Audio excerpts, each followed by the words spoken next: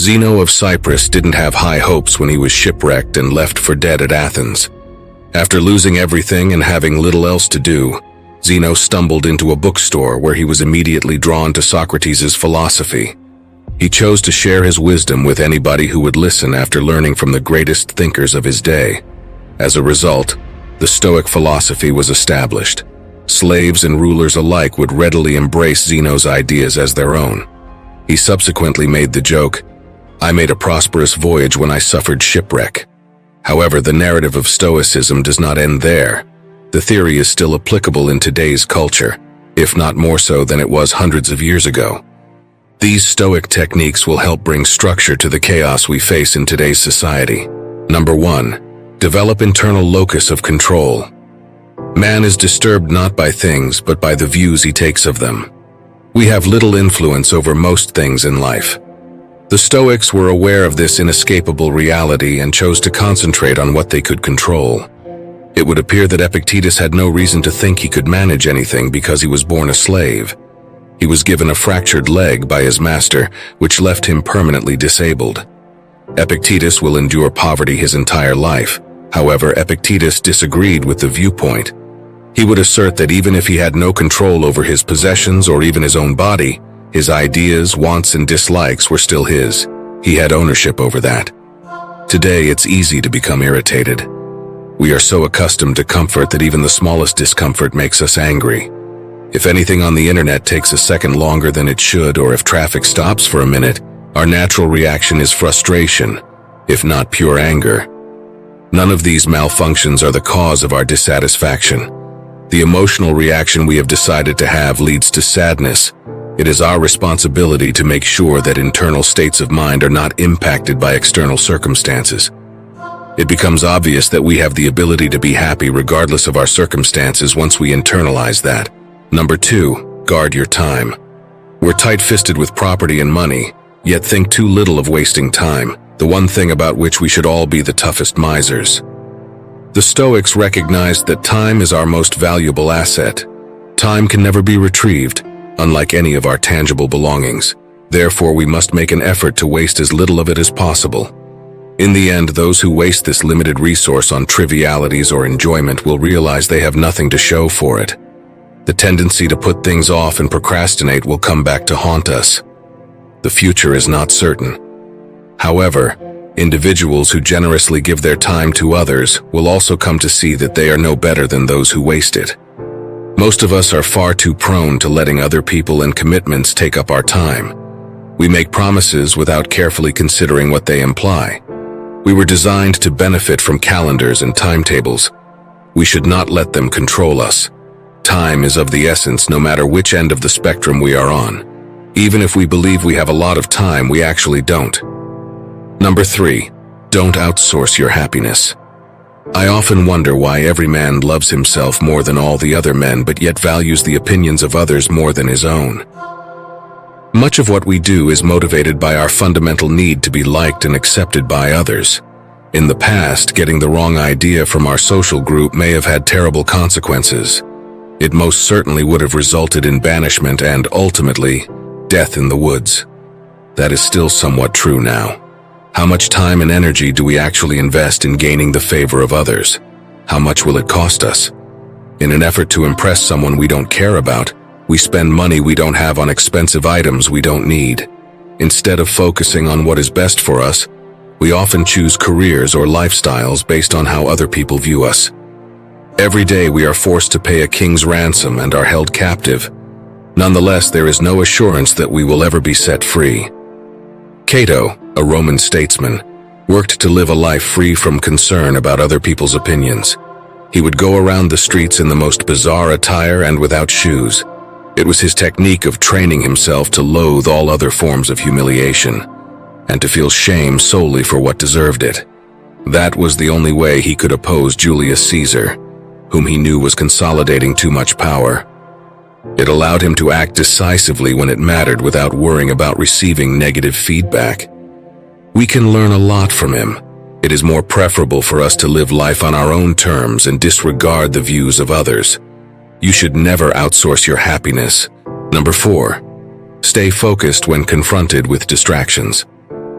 If a person doesn't know to which port they sail, no wind is favorable. There are many possibilities available to us thanks to modern capitalism. We have many more options than the generations before us did, whether it is with regard to food, vacation, or entertainment.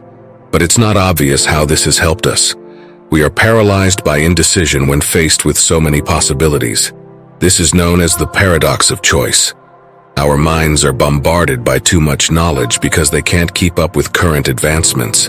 The default option is to keep things as they are since decision-making is so tough. It's one of the main issues we deal with on a daily basis. We never completely commit to a road because there are so many possibilities. Either we delay making a choice or we engage in several endeavors simultaneously. As a result, we never actually progress in anything at all.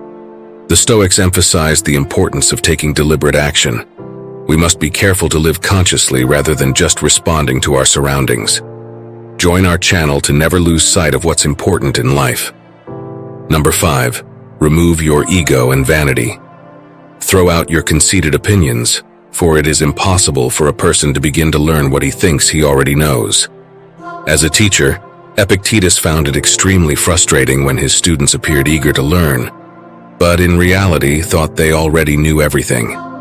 It's a discomfort that all instructors are familiar with, and most of us would agree. It all comes down to ego and arrogance. The idea is that we have acquired sufficient knowledge and are superior to those living now. Such thinking is never more risky than it is right now. The knowledge available today is not only insufficient for solving issues that will arise in the future, but it also may very well be a barrier to more critical thinking. In today's world, practically every sector is just one step away from being virtually disrupted. Even in ancient history, Marcus Aurelius said that the universe is change and life is an opinion. The brightest brains of today spend a lot of time reading because of this.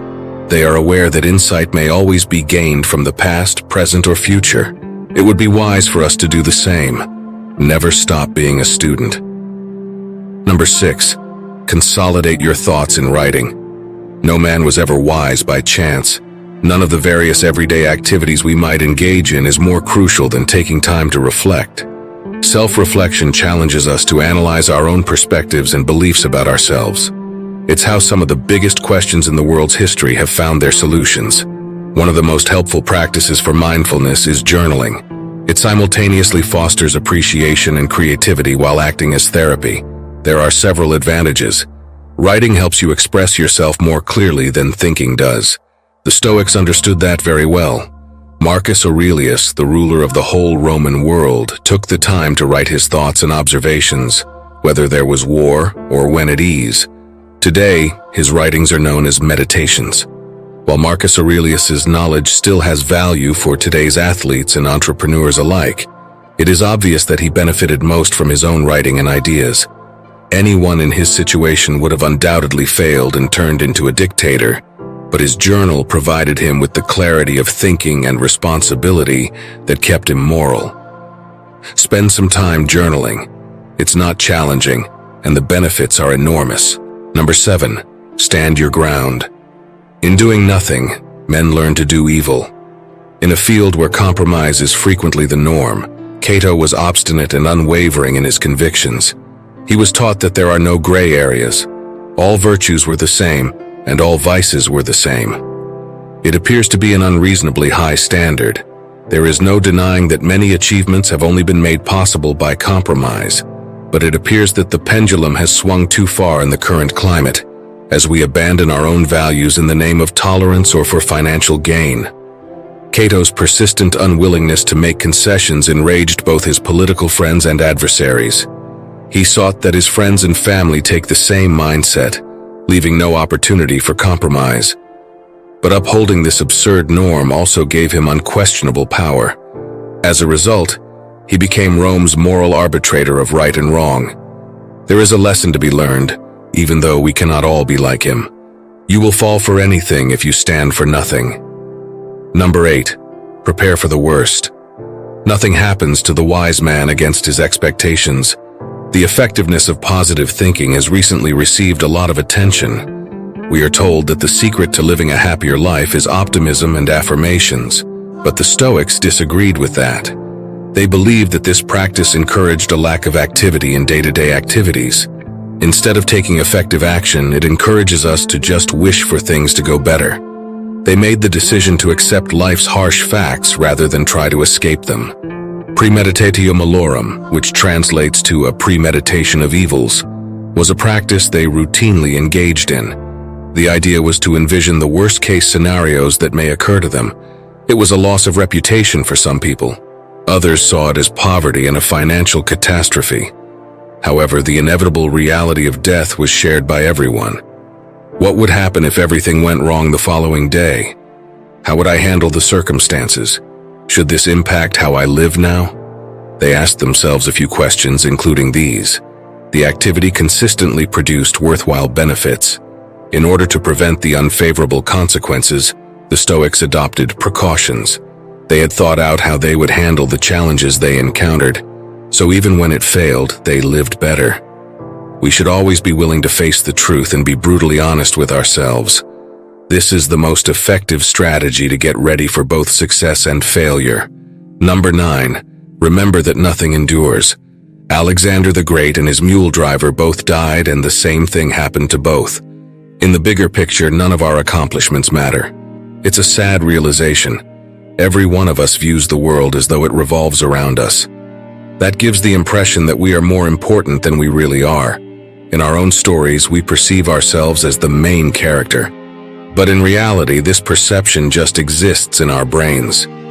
Everyone around us carries themselves in a similar manner, yet ultimately none of us matter. Even the most brilliant individuals like Newton and Edison would eventually be reduced to a footnote. We don't have to comply with unreasonable demands or outside forces. The pursuit of success and the pursuit of leaving a legacy is not necessary either. We all lose these things quickly. We must live our lives on our terms. That is all that matters. Only then can we genuinely declare that we have lived a wonderful life. Number 10. Foster strong relationships.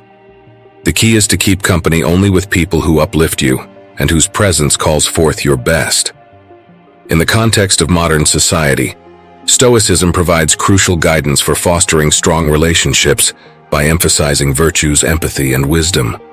Stoics recognize the importance of virtues like wisdom, courage, and self-control in building connections founded on respect and shared values.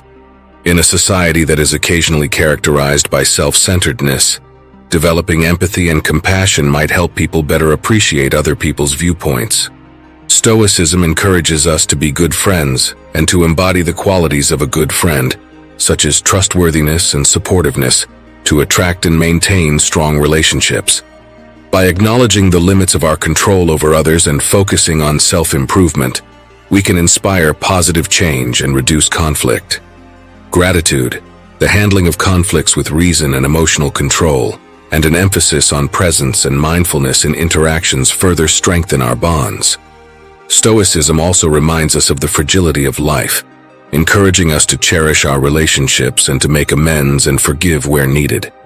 In this way, Stoicism offers a comprehensive framework for building and nurturing deep, meaningful connections in the modern world, prioritizing quality over quantity and promoting a fulfilling and harmonious life. This is the end of this video. Thank you for watching. We appreciate it. We hope you learned something new today. If you would like to see more of these videos, please subscribe to our channel. If you have any topics you would love to see next, leave a comment below. Also, please let us know if you watched until the end by commenting MMM, Master Motivational Mindset, so we can connect. Please stay seated because the next video on screen will pop up that could help you on your Stoic journey.